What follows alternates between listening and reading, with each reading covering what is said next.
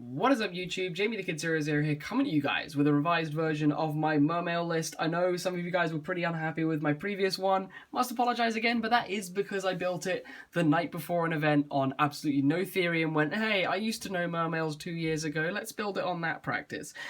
So now I've taken a bit of advice from YouTube, friends, and had a bit of a consult online. I'm still not hugely happy with this list. There are still a couple of things I feel I could change. I need to put Soul Charge in there, I need to make a few more changes. But at the moment, this is a list I ended up taking to locals today. It ties in with the vlog that you guys would have seen. There's a dual video of it. There's actually two, both against despots, but two different despot players. And I'm pretty happy with this. I ended up going 3-1 in Swiss and then losing in top 8, unfortunately. But it is what it is. So this is just going to be the profile. I'm just going to bring it to you guys now, and I hope you enjoy. Because I'm a lot happier with the list. It performed a lot better than at Yu-Gi-Oh! Masters. Even though at Yu-Gi-Oh! Masters I ended up going 5-2 with it. This I felt a lot happier with this list. So we're going to start off with the big Mermail players. One Mermail Abyss lead. He's back in the list because of the fact that you can use him to hand loop your opponent. You can use him to rip cards from your opponent's hand, which is always good. And a 2/7 beta is incredibly strong. So I found with this list it was a bit more consistent to put in. With my old one, I didn't really like him, but now kind of like him again. 3 Mermail Abyss Megalo. Megalo is honestly one of my favorite cards of all time. I just love this card. Every time I see it in my hand, I'm just really happy to have it. So Mermail Abyss Megalo is just absolutely ridiculous. Love him to pieces. If he comes down in a game, I will usually win that game because he will only come down in my OTK turns. So the 3 Megalo and then the 3 Teus. I'm still sitting on 3 Teus. A lot of people say don't, but honestly, looking at my list, there are no other monsters that I want to play. I want to play good water monsters, and there simply aren't enough. So I've had to go to the 3 Teus. So that's why they're in there. Mermail component, those are the big guys. Then we got some little guys for the mermails as well. For the little ones, I've got one Mermail Abyss Pike. I like having this in here as a one-off utility for sphere access and for instant fusion access, and as a normal summon that you can search off of Teus. So I quite like him, but at the same time, I could understand taking him out completely. There were a few games where I really wanted to take him out, but at the same time, I liked having the option of him. So at the moment, I'm playing the 1 Pike, but you could easily take it out. I can completely understand that decision. The 1 Lin to tie in with the 1 Sphere that I'm playing, and then 2 copies of Abyss Gund because 3 was clogging quite badly. 2's perfect, you could possibly even go to 1, but 2 was enough for me. I never had a problem with 2, so double Gund. Unless I opened 2, like I occasionally had turns where I opened 2, but otherwise that's the Mermail component. I'm pretty happy with these numbers, don't think I'd change a bit about it at the moment, except for maybe the Pike, but those are the Mermails. For the Atlanteans, we've maxed out. We've gone to 2 copies of, we've maxed out. 2 copies of Atlantean Dragoons. This card is obscene, the things you can do with it, and prints. Double Dragoons, like, you shouldn't play any different from that. I hope it goes to 3. 3 copies of Atlantean Marksman. Marksman really, really strong in this list because of the OTKs that you can make with Megalo by putting this card in the graveyard and then summoning it back off of Neptabyss. Just the immediate OTKs this card provides are absolutely obscene. 3 copies of Atlantean Heavy Infantry because you want to be able to pop things, and again, good water monsters are in short supply in this deck, so I wanted to max out on all the utility I was going to get from the Atlanteans. Never regretted it for a second, except for the one game against Despots, which you'll see on my channel, where I had 3 of these in hand, and I just lost. I had like 3 of these and 1 of these, and my next draw was a Megalo, but it is what it is. I then played 3 copies of Neptabyss, the Atlantean Prince. Neptabyss has let this deck really come alive. I mean, the deck was never horrendous before, but it couldn't keep up with Pendulums. With Neptabyss, it kind of can. I still feel like Pendulum before Mage is the better deck, but Neptabyss really, really gives this deck a fighting chance to outspeed before Mage and beat it before it can get that huge setup. So really, really big fan of Neptabyss in the deck. Really glad it's come out. And I think the deck is still not fair because it kind of keeps up with other decks, but I feel like the deck is still now really, really solid in today's meta. And you can actually have a fun time with it at locals, whereas before, if you played against anything remotely meta, you were going to get the shit kicked out of you. Like, there's no 2 ways to say that. Sorry to bring the language into it so viciously, but that brings us to about the end of the Mermail Atlantean bit. Now for the extras. We have 1 Deep Sea Diva. Sad to say she's a 1. A lot of people say, oh, you should play loads of Atlanteans because that's what they're doing in the OCG. I am playing loads of Atlanteans because that's what I want to do, but I originally really didn't want to for the simple reason that they're doing it. They play loads of Atlanteans in the OCG because they have 3 of this. and they have one Teus. Now, I don't care about having, like, Teos going to 1 would be fine. Like, Teos going to 1 here would be fine. I want 3 Diva, but 3 Diva would be OP. So we're stuck at 1 Diva. I feel like the deck's weaker here than it is in the OCG, because I could willingly take out 2 Teos for 2 Diva, but it is what it is.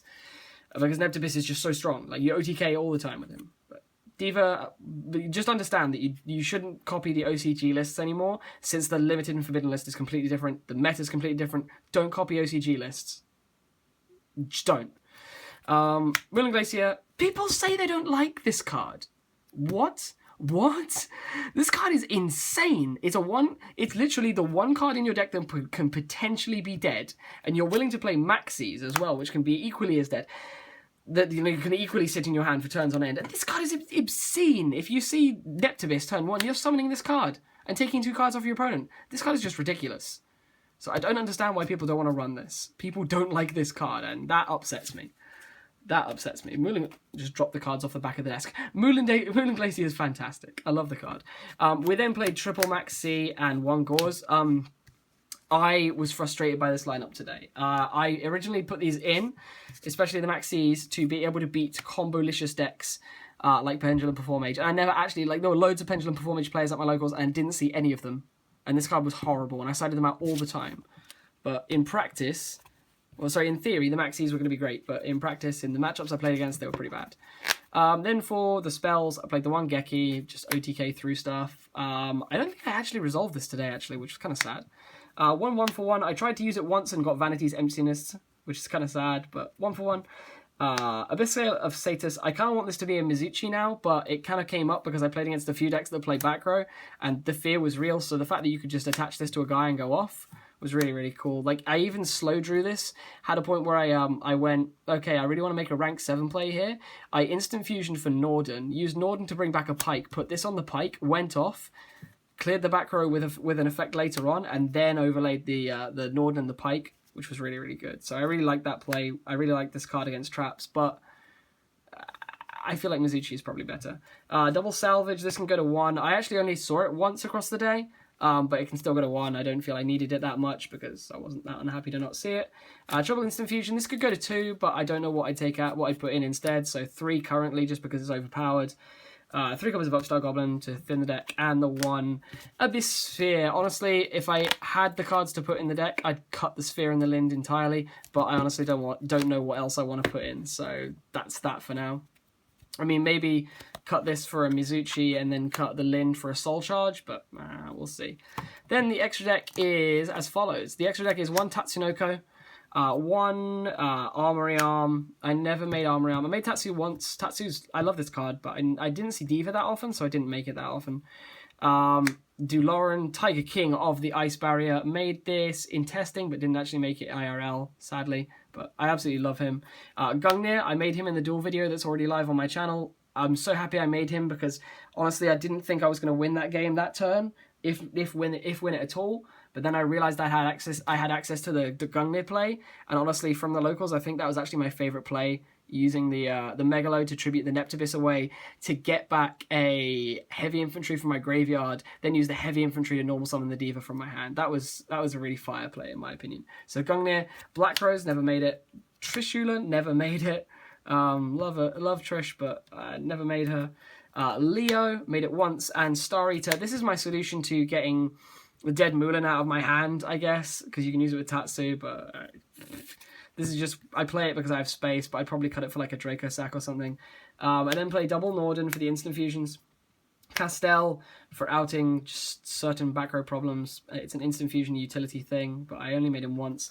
Dweller made this all day. Love it to pieces. Honor Arc also made it quite consistently. Loved it to bits. And then the 2 cards I actually made the most were the Big Eye and the Gaios. I used Big Eye to steal certain threats which were causing me problems, and Gaios just shut down so many cards for me. It was unreal. But yeah, guys, that's about it on this deck profile, really. I've gotten quite good at trying to keep my deck profiles kind of sub 12 minutes, but I'm pretty damn pleased with this deck. I feel like if you were going to net deck me at all, this is the list that I'd recommend that you net deck instead of the other one, because the other one was pretty bad. But otherwise, yeah, that brings me to about the end of the video. This is Jamie the Kid 00. I hope you've all enjoyed. Please feel free to leave a like if you did. Subscribe if you want to see more of the same. Share this with your friends if they want to see a mermail list, because this one's pretty damn cool. And comment down below with any feedback. Peace out. See you soon. Bye-bye.